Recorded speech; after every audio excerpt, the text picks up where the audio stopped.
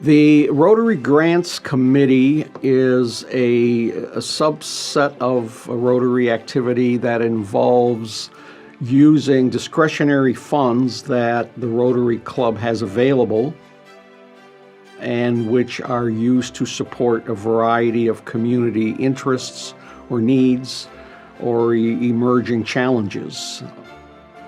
The Rotary funds that are used by the Grants Committee come from sources such as fundraisers. Some well-known ones among Rotary members here in Muskegon are the Grape Escape event annually, Parties in the Park, and the Rotary Club also has an endowment that has been built over time and held at the Community Foundation for Muskegon County. We have been quite active this past year and a half during the COVID period with food trucks that we have brought to certain areas of the communities where there is a need for food support and where there is food insecurity. Rotary has a website, and on the website is an area called Grants, where nonprofit organizations may apply following a protocol, a set of instructions that are on the website, if they would like to apply for financial support to help launch a new project or perhaps request support for special project of significance to the community.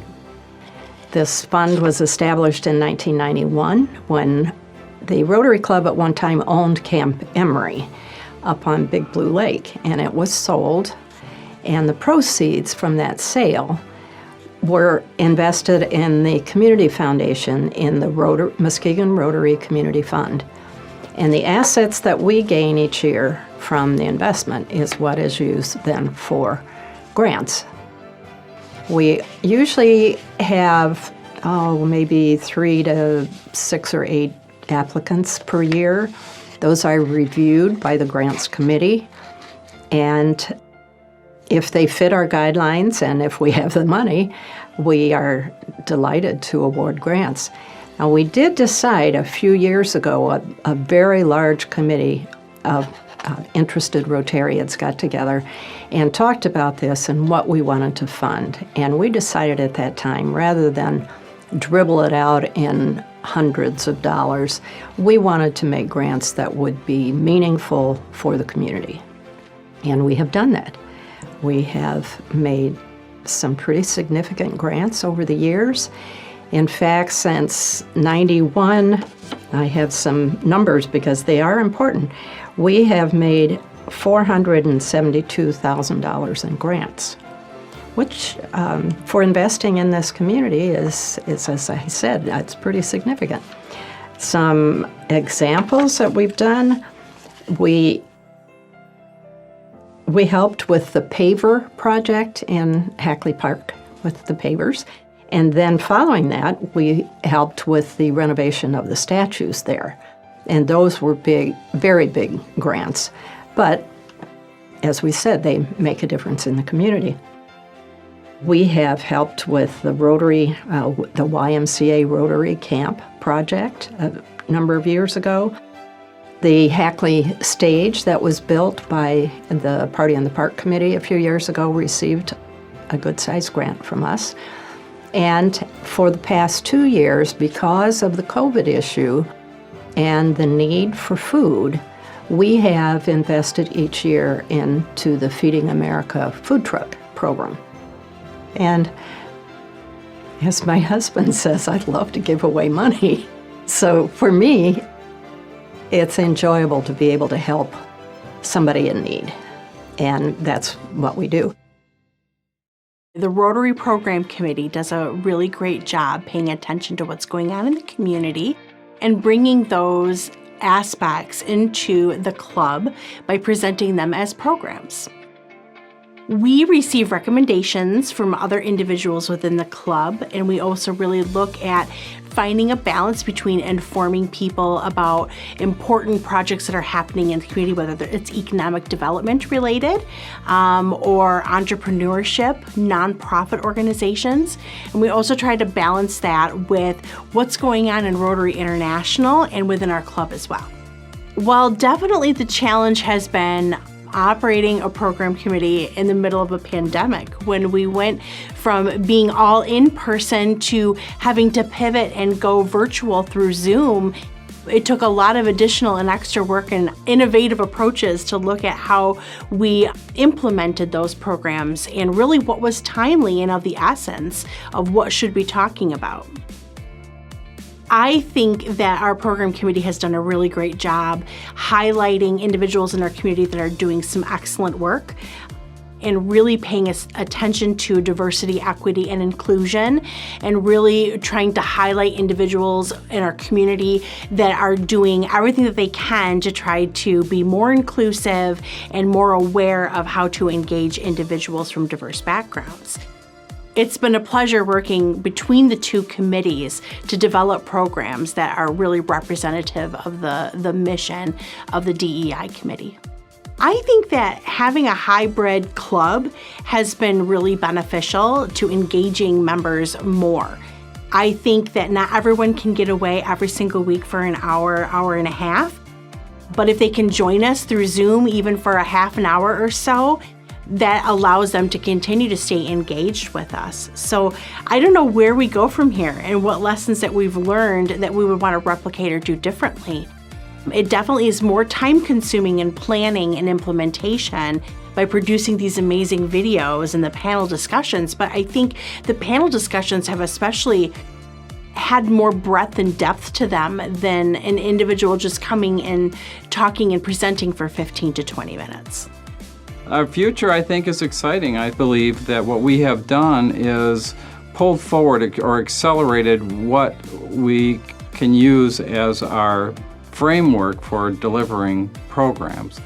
I think we were forced to be able to record programs and provide things virtually, which opened our eyes and opened our perspective as to how we provide great programming in a variety of fashions. We can record programs which can be shown at a later time. We can record programs that will enable us to bring people in that we wouldn't otherwise have had the opportunity to speak to us. People that are limited by time, people that are limited by distance. So we plan to, and we are, being able to give people the opportunity to either view our programs virtually over Zoom or be able to do them live, and fortunately we're able to do that at the same time. Well, it's a consequence because I think we continue to engage our members wherever they are. And I think it's important for folks to know that we are very receptive to ideas, and we're looking for ideas for program presentations and topics. We will work to try and bring these forward, and that we will continue to be diligent in addressing what people think are among the most important topics that we should be talking about. I would say that youth leadership is our ability as Rotarians to reach down to those that are going to be the next in the future of Rotary. Well, it starts in elementary school, and then we have programs that also go through high school for students that allow students to gain leadership, to learn about Rotary, while also giving back to the community, which is also something very important, I think, in any leader that we want to develop, is that sense that they need to give back. We also talk about life leadership, which in and of itself builds our leaders. And life leadership gives the opportunity for schools to give us the names of individuals that they feel are going to be best served by this and would basically be able to come back after attending our life leadership conference to give that knowledge back to their schools and to create that leadership environment in their local schools. And so life leadership sends them off for a time period where they are with people that they don't know, from youths all across our district, basically, and that includes Canada. Having the opportunity to actually learn from some experts that come in and give us really quality presentations, learning what it takes to be a leader, what leadership looks like, how to deal with things that sometimes come up in their schools or in their youth sports and things like that, which are conflicts. How do you resolve those things? How do you get people to be engaged? All of those very important aspects of creating leadership, as well as learning to speak in front of people. Sometimes that's one of the hardest things for youth, is to gain that confidence for public speaking.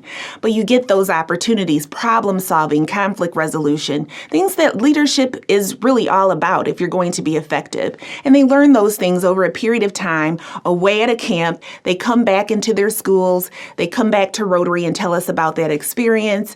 And hopefully back into their schools, they're really changing the dynamic based on the things that they learn at the Life Leadership Conference. And we interview and seek candidates to interview from every high school in the county except for Montague and Whitehall, which are attended to by the Montague Whitehall Club. We recruit as many fellow Rotarians as want to sit in on interviews. I do most of the legwork with the schools, getting the candidates and kind of vetting them. We call them, talk to them. We go there in person, oftentimes to the school, and we meet with the counselor or the principal or whomever. But we meet with the student and talk about the conference, talk about why we are doing this, and we look to see if they're interested. They've already been nominated, right? So we look for fellow Rotarians who don't mind doing things like that, going out to the high schools to recruit. Joining me or joining Brianna at our interviews, which are held in March. We interview all 12 or 13, depending on how many we send, 14 some years, around a big table, and we get about 10 or 15 Rotarians there so they can see the power that these students have going on. I mean, it's a beautiful thing. Very uplifting to interview. Every 10 minutes, we have a different student coming in, and we pop them questions from all quarters and just want them to know that we're serious, that if they're going to go, we're going to be spending, $375 each on them to send them to this conference. We want them to be excited, and we want to know that they're excited or we picked the wrong person. The point is, we require a report from the Muskegon students that we send. We want it either in writing, a video, a slideshow, or want them to show up at a meeting and talk to us. I want to hear what happened. Brianna does too.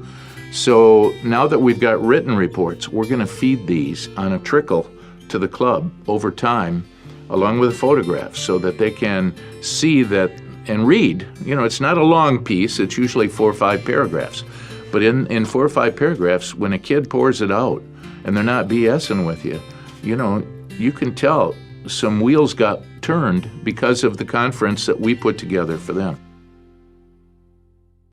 I'm co-editor of the Rotary in Motion RIM newsletter with Susan Bestman, and I really enjoy working on the newsletter because I get to be a part of everything that's being communicated. I get to see what's going on, things that I may miss or may not miss, and then try and find some creative outlet for me to be able to communicate that back to the rest of the Rotarians in Muskegon. The challenge is that we have to publish it every week, and thank goodness that we have an amazing team of reporters. It actually works amazing. We both have said to ourselves, we don't know how Bill did it for so long by himself. He approached both of us to be reporters, and to be honest, that was really a good way for me to make sure my attendance was better, because you can always find a reason to not go to the meetings. Oh, work this or this home thing, and then you give up. When you have that commitment that you have to be there every couple of weeks, and I think being part of a committee or a group pushes us to get there and know that we have to pull our weight. And Susan and I, we trade seasons. She's busier in the summer and I'm busier in the winter. And yet we both have that idea that we're all part of a team, and whatever it takes to get it done, we'll help do that. We love having a big team. As you know, it's a big job to report, and thankfully we don't have to report every week. So what we're looking for, if you ever want to join RIM, we will always take you. We're looking for enthusiastic reporters that are excited about getting that communication out every week. I joined the club in March of 2017. Kirk Hallman was my sponsor. And I really didn't know anything about Rotary until Kirk introduced me to it. And I joined as a way to network and meet more people in the community. And shortly after I joined, I had a traumatic brain injury, so I was out for most of the summer, and that was in May, just a few months after I joined. So I was out for most of the rest of the year, not really able to be involved in things. By the time I got back, I was struggling to find a committee to join, and I didn't know what was available. I was having trouble finding where were there openings, what did I want to do? I really didn't know. And then when Bill Johansson approached me, I said, yeah, I think I can do that. And it was him reaching out and saying, look, we need you. We need somebody else. We need help with this. So my advice to new members would be, I would like to do a better job of reaching out to them to say, here's what's available to you. We see your skills, we see your talents, we see where we can place you or where you might be. My fear was, I might ask to be on a committee and they might say, we have enough, we don't need any more. And then I would, what would I do with myself? So yeah, Bill's approach and getting me involved was, he's so charming, you can't tell him no, and it was a good fit for me, so it worked out. And I would like to see that benefit for other people too. I'm so thankful and so grateful to be part of this. And Rotary's pulled out some of my talents and that I didn't even realize that I had. When I first joined Rotary, I did not realize how big it was. And not only how big it was in our community, I didn't realize some of these things that Rotary does for our community. I didn't even realize it was Rotary that was behind it until I joined the club. And then when I went on vacation and I went to other countries, it was amazing. I went to Jamaica and I saw a Rotary symbol there. And I went to Florida, there's a Rotary group there. It was just shocking how big and large this organization and the whole mentality, that same culture of service above self, is throughout the world, and it gives you that hope for the future. Pride is the first word that I think of when I think about what this club is doing. I'm so proud to be a part of it. And there are so many people that do so much. What I contribute is minuscule compared to what a lot of people do. And I'm just happy to be associated with it. And when you see the things that they're involved in the fundraisers and the things for the community, and yeah, I'm part of that group. And Muskegon's getting so much done, and Rotary's such a huge part of that.